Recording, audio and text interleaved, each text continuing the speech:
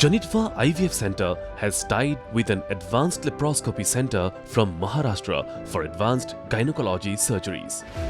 They specialize in operating chocolate cysts, fibroids, adenomyosis, bilateral tubal block, hysterectomy and ovarian cysts. Join their workshop on June 23rd to 25th for expert guidance and minimal cost and hospital stay.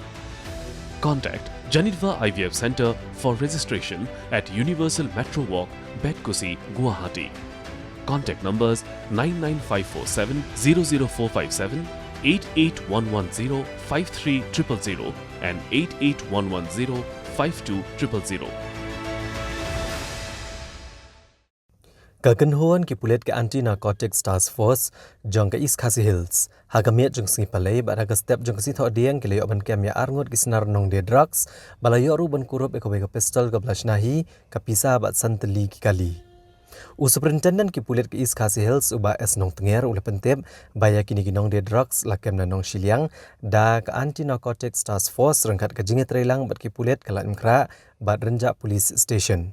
Bat kini ke belas akem ke belas tip kerteng kemu LD kin star sotun beruti James Sementang.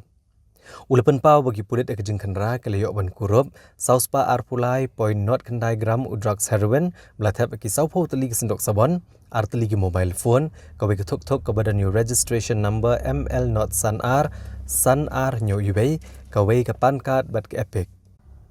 Uba es nong tenger ulong baha kasing thok diang pat kilalit kenra ke yang sa ULD kin star sotun badio ban Kurup ke ke pistol ke blasnahi ki Kuli kawe ke airgun kawe ke mobile phone ke pisa arlak tengka bat Tylli ki Kali ke bekentop arteli ke Mahindra Thar kawe ke Maruti Zen kawe ke Maruti 800 bat kawe ke Chevrolet Beat. Ki pulit kila register mokok dumai kini ki arngot ha ka tanat renja ha pok ki kendon jong ke NDPS Act bat ke jing tokit menta kadang ya ceprang.